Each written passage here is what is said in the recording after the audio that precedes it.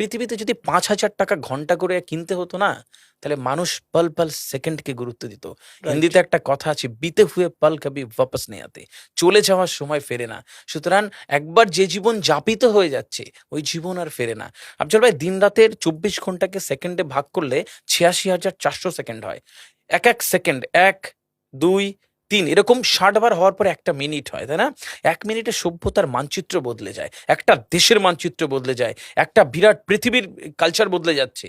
আর আমি আর আপনি আর আর কেউ চা খাচ্ছি ১ ঘন্টা ২ ঘন্টা, তাস খেলছি, ওই শপিং মলে গিয়ে আড্ডা মারছি, ওই ওই কোনো বারে গিয়ে হ্যাঁ, মানে সময় কাটিয়ে সময় দিচ্ছি কাটিয়ে এবং দিচ্ছি। বলছি সময় নেই, বলছি সময় নেই। যারা এই জায়গায় আছে যে সময় নেই তাস খেলছে, সময় নেই চা খাচ্ছে ২ ঘন্টা ধরে, সময় নেই কোনো একটা শপিং মলে গিয়ে শপিং করছে, একটা স্যান্ডো আড্ডাবাজিতে গেঞ্জি ব্যস্ত কিনছে, আছে, আড্ডা মারছে, ফালতু আড্ডা। বন্ধুদের নিয়ে চূড়ান্ত আড্ডা মারছে, আর কিছু একটা কাজ বলছে, বলছে সময় নেই। ভুল পথে রয়েছে, ভুল পথে আসে। এই পৃথিবীতে মানুষ হঠাৎ করে আসেনি। এই পৃথিবীটা আল্লাহ সুবহানাহু ওয়া তাআলা একটা ফাইন টিউন। বুঝতে হবে, এই ধূম্রকুঞ্জটা থেকে পৃথিবী তৈরি হলো। সব যে যার জায়গায় প্ল্যানেট, আমাদের গ্রহ, আকাশ, নক্ষত্র সেট হয়ে গেছে। যদি সূর্যটা কোনোভাবে একটুখানি নেমে আসতো, মানব জাতি কয়েক সেকেন্ডের মধ্যে ধ্বংস হয়ে যেত। পুরে পুরে পুরে রক্ত ছাই নালী হয়ে যেত। যদি একটুখানি ব্যাসার্ধটা একটুখানি ছোট করে দেওয়া হতো, তাহলে মানব জাতি কয়েক সেকেন্ডে শেষ হয়ে যেত। এই ফাইন টিউনকে বুঝতে হবে। এই পৃথিবীতে আমি আপনি এসেছি একটা পারপাস নিয়ে। এই পারপাসটাকে আমাদেরকে সঠিকভাবে খুঁজে বের করতে হবে। ইয়েস, এইটা যখন আমরা না করব, বিষণ্ণতা তো আসবেই।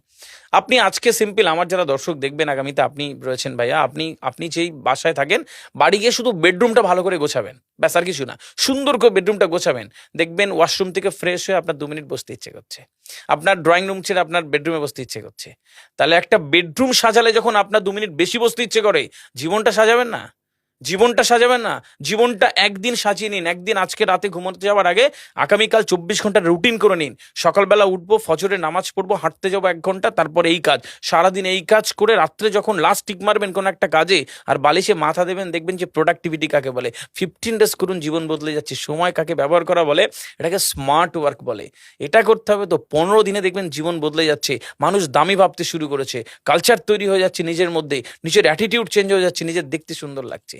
এভাবে একটা মানুষ শ্রেষ্ঠত্ব অর্জন করে। সময়